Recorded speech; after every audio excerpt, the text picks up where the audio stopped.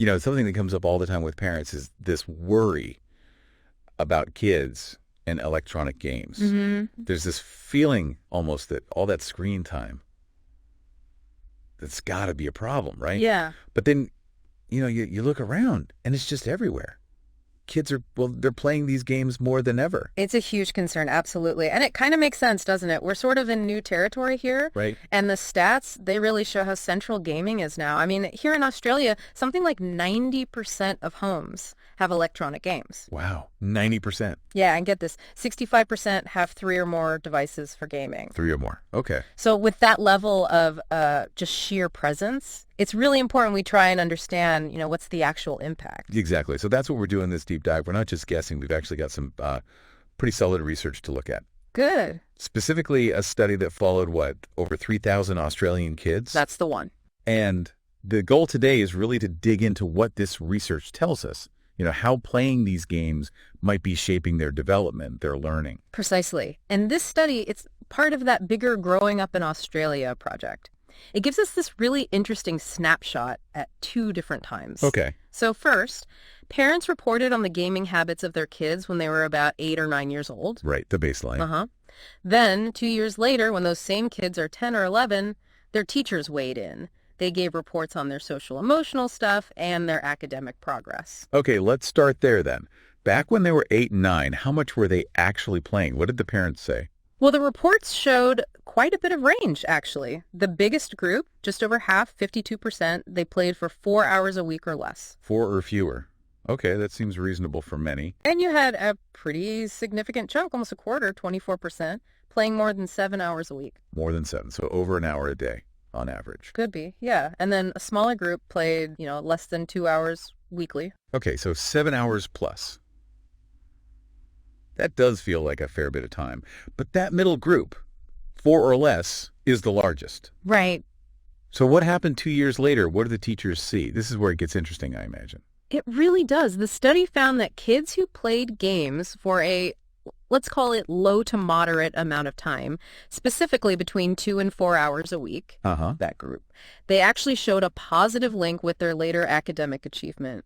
Wait, positive? Yes. Teachers reported stronger literacy and math skills in that group. And this was even after they accounted for things like family background, parental education, all that. Hang on. So a few hours of gaming a week might actually be good for their learning. Well, associated with good outcomes, yeah. That definitely goes against the grain of some common worries, doesn't it? It certainly suggests it's more complex than just screens are bad. But what's also really important is that the study found the flip side, too. Okay. Kids who were playing excessively that group doing more than 7 hours a week. The high use group. Yeah. They showed a negative association with their social and emotional development, according to the teachers. Okay, that makes a bit more intuitive sense, maybe. Too much of anything, right? That's often the case. But what about the kids playing hardly at all? Less than 2 hours. Were they doing even better in school? Like super academic? Surprisingly, no. The data didn't really show that. The study didn't find any clear academic advantage in literacy or math for the kids who played very little or not at all. So it suggests that just, completely avoiding games didn't necessarily lead to better school results compared to that moderate group, at least not in this study. It's really unexpected. So it's not as simple as less is more. Doesn't seem to be, based on this research. And there was another related finding about daily play. Go on. Kids whose parents said they played electronic games for more than 1 hour per day. Okay, so that could overlap with the 7+ hours group, but maybe also kids playing like an hour and a half every single day. Exactly. Those kids were more likely, 2 years later, to be flagged by teachers as having poorer attention spans, more trouble staying on task, and exhibiting more emotional difficulties, too. Okay, so now we're seeing a pattern, maybe. It sounds like there might be this, I don't know, an optimal range? A kind of sweet spot for gaming? That's actually a really good way to think about it. Yeah. Conceptually, yeah, it's almost like an inverted U-shaped curve. Right. Too little, and you don't seem to get those academic associations found here. Too much, clearly linked to social and emotional downsides. That middle zone, maybe around 2 to 4 hours a week in this study, seems to be where the balance looked best, academically speaking. Fascinating.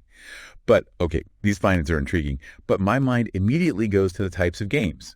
This study was mostly about time spent, wasn't it? That's a really crucial limitation to acknowledge, yes. It didn't distinguish between, say, playing a simple matching game versus some complex collaborative world-building thing. Absolutely right. The study didn't have those specifics, what games, who they played with, even what device they used. In that context, it's got to be incredibly important.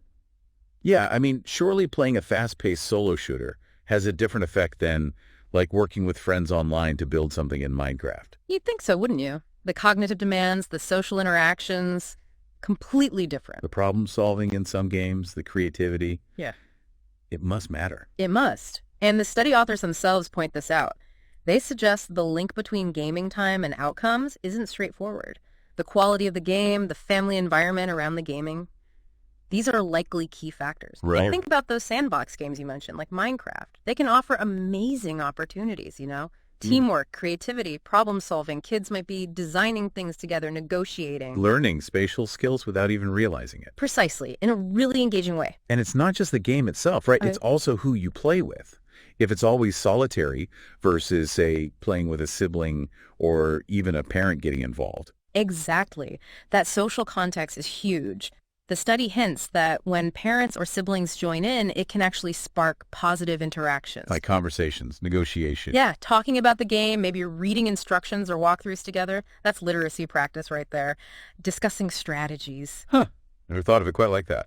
These shared gaming moments could potentially boost language, literacy, even social skills in ways we don't always consider. So it really isn't just about the clock. It's about what's happening in that time and around that time. You've got it. This study gives us valuable clues about the quantity of gaming and its links to certain outcomes.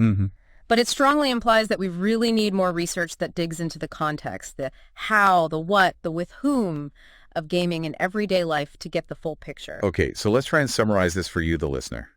The big takeaways from our deep dive into this Australian study seem to be moderate gaming, maybe 2 to 4 hours a week, was linked here with positive academic outcomes in reading and math. But excessive gaming, over 7 hours a week, seemed connected to negative social and emotional reports from teachers. That's correct.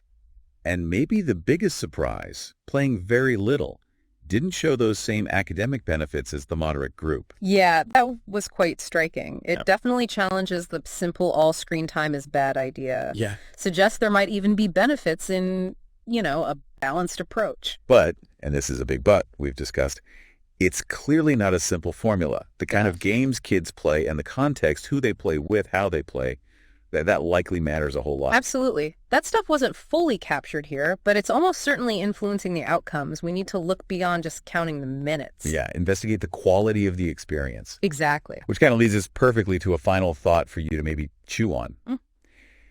We know technology and gaming aren't going away, right? They're only getting more integrated into life. Seems that way. So, given that, maybe the most important questions we should be asking aren't just about time limits anymore. What should we be focusing on when we think about the quality of these digital experiences for kids? What really matters for understanding their true impact?